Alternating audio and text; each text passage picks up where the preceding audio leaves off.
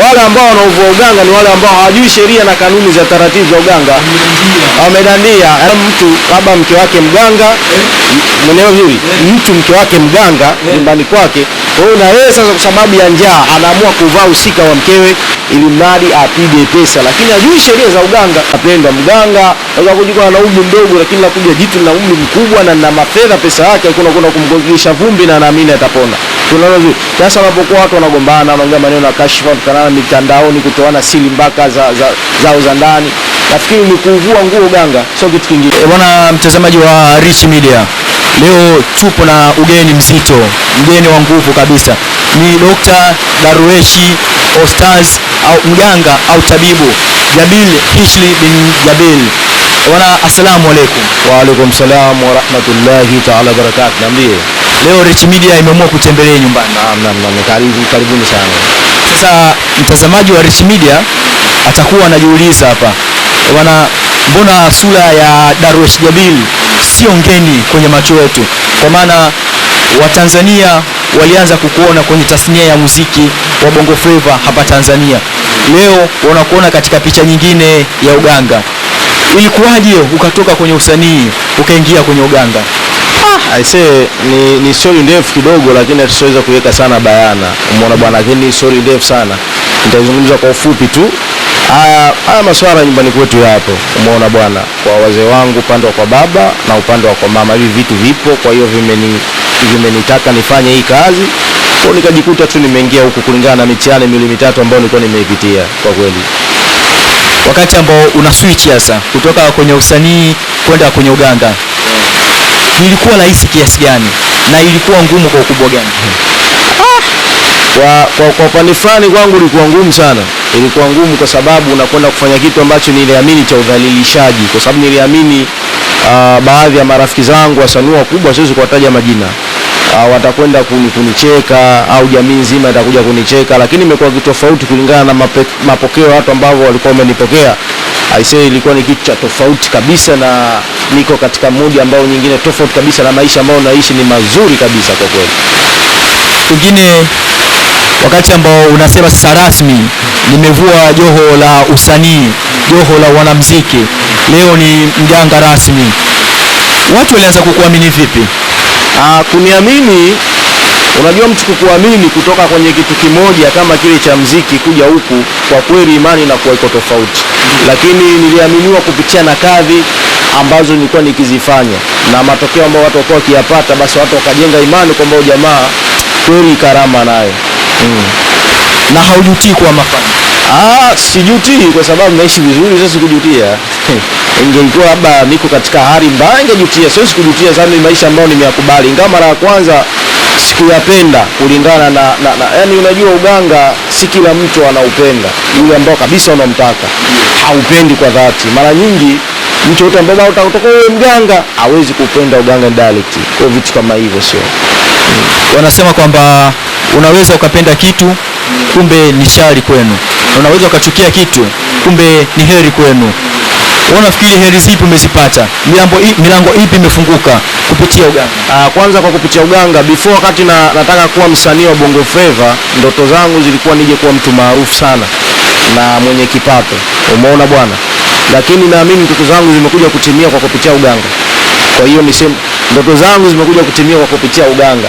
Najulikana hata kama si sana lakini najulikana, nikienda sehemu na baadhi ya watu wana support ninachokifanya. So najisikia furaha na ndio maana na enjoy kuwa mganga. Ni kitu ambacho sikutegemea. So na enjoy vitu kama hivyo. Na hii ndio tunaiona kwamba hata kwenye interview na dada yetu ile ni kwa sababu ya uganga. Ni sababu ya uganga. Interview dada yangu ile sababu ya uganga. Mambo mengi, vitu vingi tu kwa sababu ya uganga. Siwezi kuviweka vyote bayana, lakini faida ya uganga mimi ni kubwa sana kwangu kuliko kitu chochote. Uganga umenipa faida, umenipa heshima. Nashukuru Mungu. Siwezi kusema kwamba labda unanipa hasara, hapana.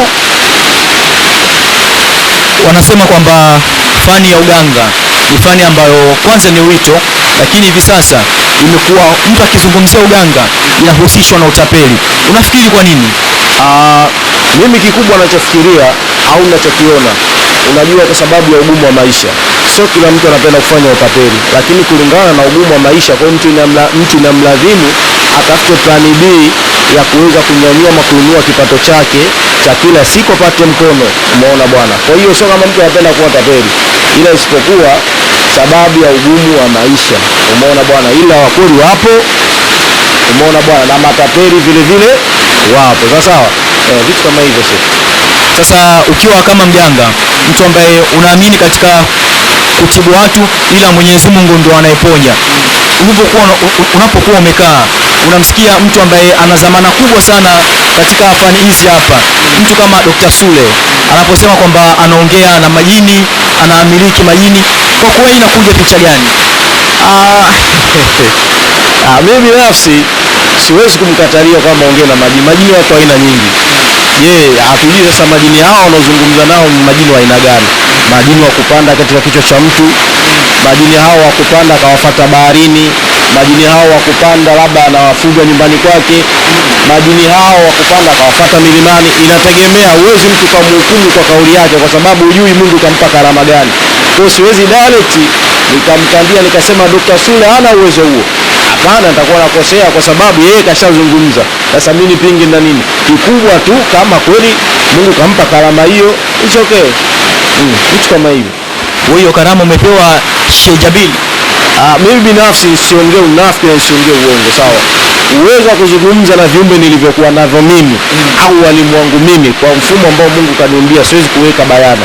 Uwezo huo ninao, umeona bwana, na washakuja shajitambulisha sawa, lakini kwa viumbe wangu mimi au la kwa kupitia mtu mwingine lakini mwenye nasaba za kama mimi, uwezo huo ninao, siwezi kuongea uongo. Lakini kutoka hapa labda sijui nilienda kuongea na falme nyingine tofauti, hicho mimi huwa sijai kukifanya. Mimi huwa ni mkweli siku katika maisha yangu na nimenyoka na sipendi uongo. Kwa nini waganga wengi ni waongo? Ndio maana nimesema waganga wengi wanakuwa waongo ama kupandikiza majambo au vitu kwa sababu ya kumtisha mgonjwa na iaminishe jamii na uwezo huo aliyakuwa hana uwezo huo, kwa sababu ya kujitafutia riski. Umeona bwana? Maana nimesema riski ama njaa ndio inapelekea mtu anausaliti ukweli, anaingia kwenye uongo ili apate mafanikio ya haraka. Tuko pamoja mzee? Kwa vitu kama hivyo nafikiri utakuwa sio mgeni na jina hili. Unaposikia mtu anajiita mganga anayejiganga Tanzania, wewe una tafsiri vipi? Mganga anayejiganga Tanzania? Kikubwa kwamba mimi huwa nafuataga elimu ya wazee. Wazee wetu toka awali wanatuambia kwamba katika fundi kuna mafundi. Sawa, manake katika fundi kuna mafundi, na mara nyingi mkaa kimya ndio muelevu zaidi na mwenye kujua zaidi. Sawa. Kwa hiyo mimi siaminiki kwamba mganga anajiganga, isipokuwa mganga anagangwa. Kama mganga angekuwa na uwezo wa kujiganga, basi karamu ya uganga ingekuwa anajipa yeye bila kupungwa na walimu. Sasa unapomsikia mganga anasema maneno kama haya, kwako inakuja picha gani? Mimi kikubwa naweza nikasema kwamba ni mtu ambaye labda hajapungwa, ana baba wa uganga. Lakini kama mtu na baba wa uganga na umepungwa na umewekwa masimiko ya kiuganga, huwezi kuzungumza hivyo, sababu ukitumia kauli kwamba mimi mganga anayejiganga, sawa, kwa maana basi hata uganga ulijipa mwenyewe, na uganga una sheria zake na taratibu zake. Ili uwe mganga lazima uwe na mwalimu. Hata jini awe mkubwa vipi kutoka ujinini, sila kifika katika ulimwengu wa dunia lazima apate baba kumpokea na akampunga yule jini wako akakaa sawa. Kwa mfano kama mimi nimepungwa, sawa, nimefanywa mapungo kirohani, mapungo ya jadi. Sasa siwezi nikatoa kauli kama hiyo. Wanasema kwamba tasnia ya uganga haitaki makelele. Sasa unapomkuta mganga labda anaongea sana kwenye vitu ambavyo watu waamini kwamba anapaswa kukaa kimya, jamii inachukulia vipi tasnia hii? Kwanza mimi huwa mara nyingi napenda kujifunza kulingana na wazee wetu wa zamani. Wazee wetu wa zamani walikuwa hawana mambo mengi, shombo nyingi, kelele nyingi, walikuwa wanafanya vitendo kwa sababu walikuwa wanapenda kusimama kwenye ukweli. Lakini vijana wengi sasa hivi tunapenda kupiga sana kelele kuliko vitendo. Si unaelewa vizuri? Kwa hiyo mimi napenda kuishi na basi za wazee. Ndio maana unikuti mimi nikipiga kelele ovyo, nikibwatuka ovyo. Umeona bwana? Kwenye mitandao huku na huku. Mara nyingi napenda kazi ijielezee kuliko maneno. Sawa, maneno si unyoosho wa kazi yako. Kazi yenyewe jielezee, maneno ndio yafuate. Ni nani ukimtazama kwenye hii tasnia ya uganga unasema kwamba yule hakupaswa kuwa mganga, atuache kidogo? Ndio unauliza maswala ya kichokozi. Iko hivi, mimi mara nyingi huwa mimi katika maisha huwa naaminigi kila mtu ana uwezo wa kufanya jambo kwa sababu Mungu ndo kampa hiyo kadari, sawa. Isipokuwa narudia kusema pointi yangu pale pale, asilimia kubwa njaa ndio inapelekea watu wanakuwa matapeli. Ni njaa, sio kitu kingine, sawa. Kwa hiyo siwezi kusema fulani hapaswi kuwa mganga, nitakuwa nakosea, kwa sababu uganga ni imani. Hata wewe mwenyewe unaweza kuwa mganga. Uganga ni imani, umeona bwana, ukiamini inakuwa hivyo. Hata mganga unaweza kaja mtu kumkogesha vumbi na akapona.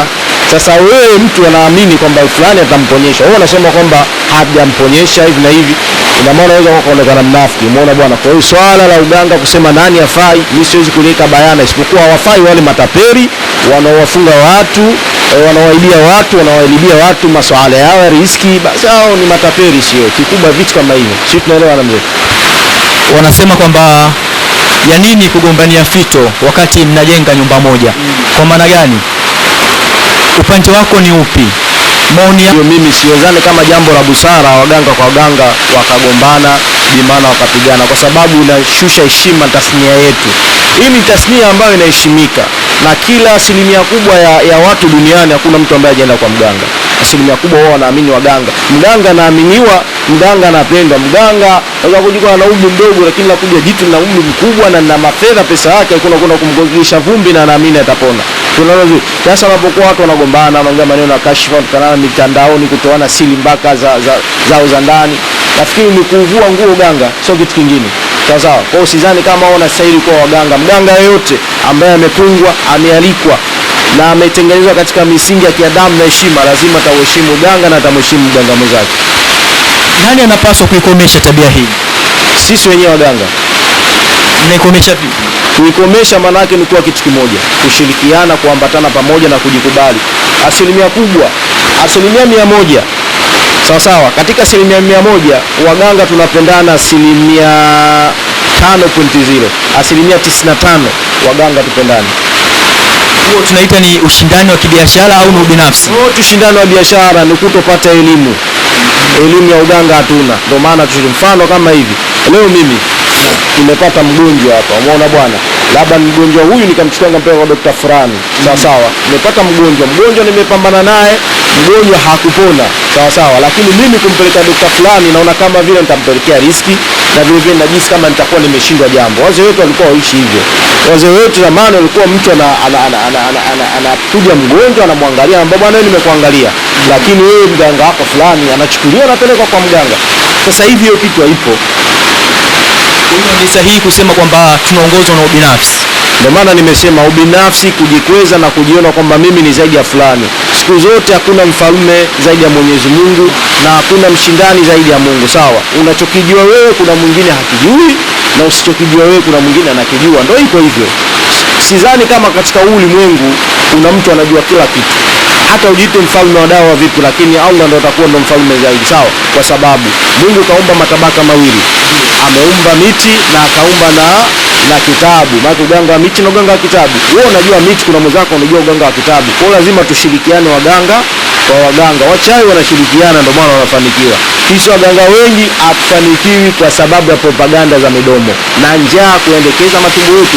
Mwisho siku sasa hivi wagonjwa watuona hatuna akili, wanatuona matapeli, tunatukanwa kwenye mitandao, sawa sawa. Na watu wanasema sasa hivi uganga hakuna, lakini uganga upo. Ila sisi vijana sasa hivi uganga tunauvua nguo kwa tamaa zetu za maisha na kujikweza, vitu kama hivyo. Sio neno lako ni lipi kwa wale ambao wanaudogosha uganga?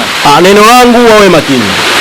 Wawe makini kwa sababu wanaudhalilisha, wanaidhalilisha tasnia ya uganga, ikiwemo kuna watu ambao wa kweli na Mungu amewapa kadari hizo na karama hizo. Kwa hiyo niko na wasii warudi wa baba zao waganga, wakasome wakajifunze tena upya. Na kama mganga anajijua hajapungwa, hajapitishwa katika misingi ya kiganga vile inavyotakiwa, basi ajiweke kando, kwa sababu anauvua nguo uganga wetu. Sawa sawa. Na asilimia kubwa kuchunguza, narudi tena katika mada yangu, wale ambao wanauvua uganga ni wale ambao hawajui sheria na kanuni za taratibu za uganga. Wamedandia. Yaani mfano kama mtu labda mke wake mganga, mwenyewe vizuri, mtu mke wake mganga nyumbani kwake. Kwa hiyo na yeye sasa kwa sababu ya njaa anaamua kuvaa usika wa mkewe, au mtu mume wake mganga, na kwa sababu ya njaa anavaa usika wa mumewe ili mradi apige pesa, lakini hajui sheria za uganga. Uganga na sheria zake, uganga na taratibu zake, rohani na sheria zake, ana taratibu zake, sawa sawa. Jini ana sheria zake na taratibu zake, umeelewa vizuri.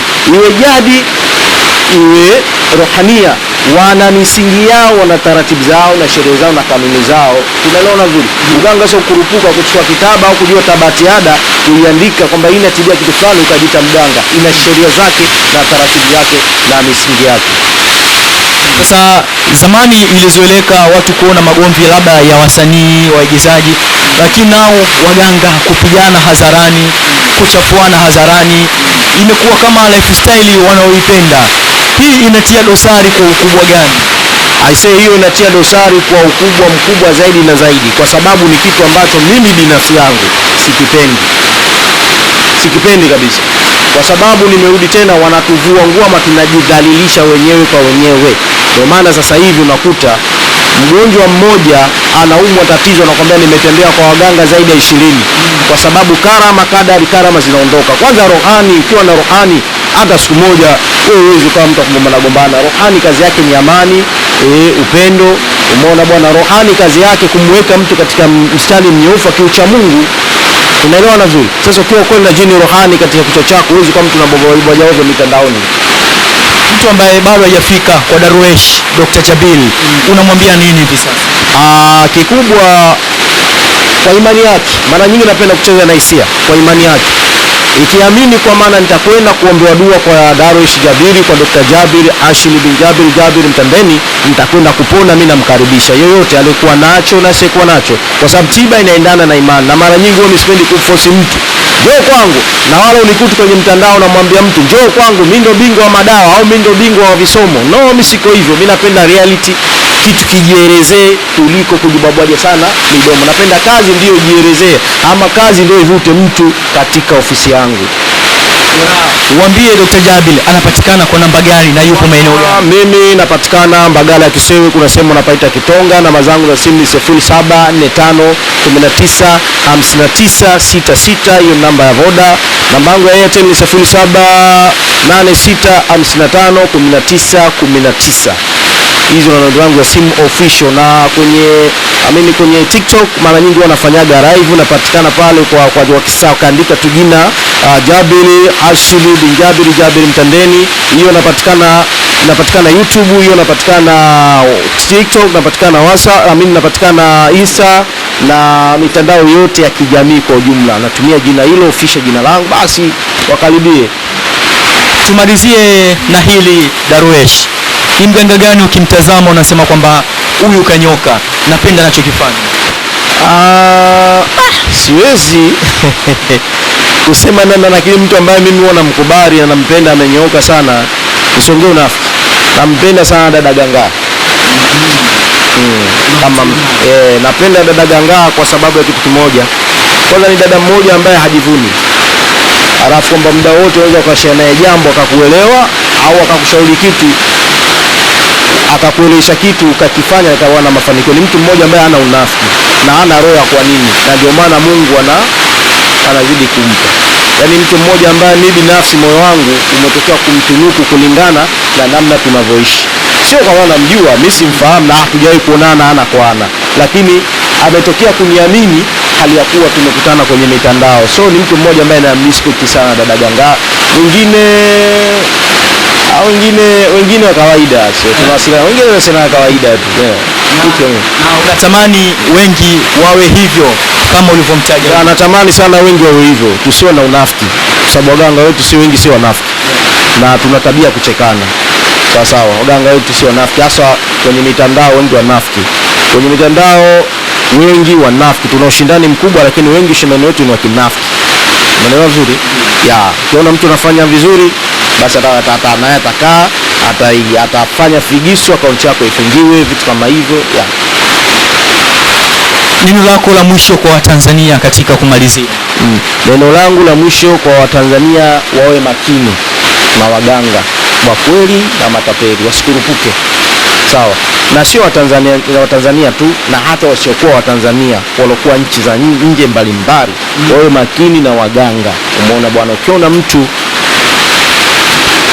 anza kumpeleleza, kumchunguza undani wake, kazi zake, ndio kurupuke kumtumia pesa, sawa sawa, au kufika hata ofisini kwake. Wengi wanalalamika wametapeliwa kulingana na nyakati, kulingana na kukurupuka, sawa sawa. Wasiaminishe mtu kamaona kaika kibuyu kinatembea, wasiaminishe kumuona mtu anaweka mavinyago kilingeni kwake, waaminishwe kwa kazi za usahihi na uthibitisho ambao wao wanaamini kwamba fulani mimi atanisaidia kwa Mungu, na tiba ni imani. Ushauri wangu mwingine, sio watu waamini waganga, na hata kwa serikali vile vile watu waamini waganga. Bwana, tunamaliza hivyo na Dr. Jabiri akihitimisha kwa kusema kwamba waaminiwe waganga. Bwana, ni Rich Media. Sisi tulifika nyumbani hapa kwa Shehe Darwesh, mganga tabibu mwenyewe kabisa hapa Mbagala ya Kisewe Kitonga. Namba zake zipo na mawasiliano yake ndio kama tumeyaweka, unaweza ukampigia kwa kufika zaidi. Bwana, tukushukuru sana. Wa azza, salamu alaykum. Wa alaykum salaam wa rahmatullahi ta'ala wa barakatuh.